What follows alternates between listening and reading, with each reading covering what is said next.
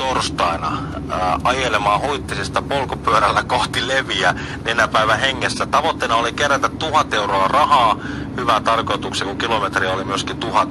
Tämä on mennyt nyt 1000 euroa jo rikki. Itse asiassa 1254 euroa mies on polkemalla jo tuonut hyvään tarkoitukseen. Ja tuolla saa aikaan vaikka mitä. Ja silloin kun hän lähti liikkeelle, silloin aamuradiossa myös kuultiin, niin oli vähän sillä tavalla, että kun ei ole mikään tämmöinen niin kuin pyörähifisti.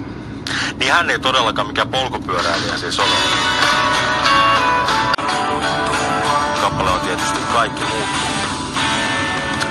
Viime viikon torstaina huittislainen Niko Savolainen lähti polkemaan nenäpäivän hengessä Huittisista kohti Leviä. Siellä hänen on tarkoitus tänään katsoa telkkarista nenäpäivän showta. Miten matka on sujunut?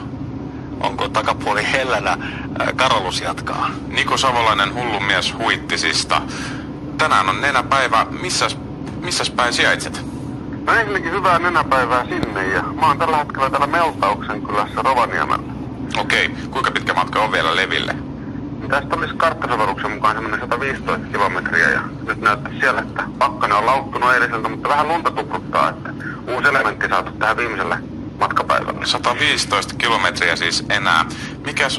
Mikäs on fiilis, kun matka on vissiin kertynyt aika monta 100 kilometriä jo? No lähes 900 kilometriä on kasassa, että fiilis on hyvä, mutta vähän semmoinen pelonsekainen tunne, että nyt kun nuo olosuhteet vielä viimeisellä päivällä muuttuu, niin tässä saa vielä tehdä töitä tämän viimeisenkin päivän eteen. Pakko kysyä, että 900 kilometriä takana, niin mikä se niin sanottu perstuntuma on? Käsittämättömän hyvä siihen nähden, että tosiaan on 900 kilometriä alla, että kyllä se kaikkeen tottuu näin. Tänään siis saavut Leville. Miten nyt kuvailisit tätä viikon mittaista matkaa, joka sinulla on ollut? Kyllä tässä monenlaisia tunnekuohuja matkalla koettiin. Pääosin onneksi hyviä. Ja nyt tosiaan vielä tämä viimeinen puristus pitää saada tehtyä ja sen jälkeen sitten alkaa nenäpäiväbileet. Oletko missään vaiheessa miettinyt, että miksi tuli tähänkin ryhdyttyä?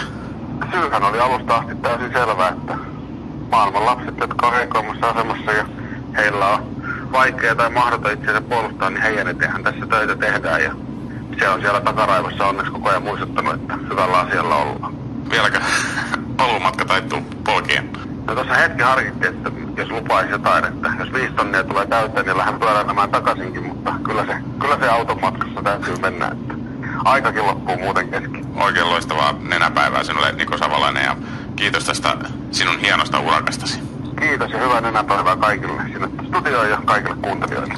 Näin siis Niko Savolainen. Hyvä miten se oli erinomainen perstuntuma vielä tuommoisen urakan jälkeen. Kyllä hattua täytyy nostaa. Ja tosiaan mies on kerännyt ja edelleen lahjoittaa voi, jos huvittaa Nikonkin tiimille. Nenapaiva.fi kautta tiimit, sieltä löytyy pyörällä päästään tiimi. 1254 euroa. Ja miten se oli, että jos 5 tonnia... Niin sitten hän harkitsisi, että jos voisi vielä ajaa takaisin, mutta mä voisin ainakin sanoa, että minun mielipiteenäni antaa tulla vaan 5 tonnia täyteen, mutta annetaan Niko sitten tulla ihan useamman pyörän saattelemana tyydyttävänä takaisin tänne päin. Ehdottomasti.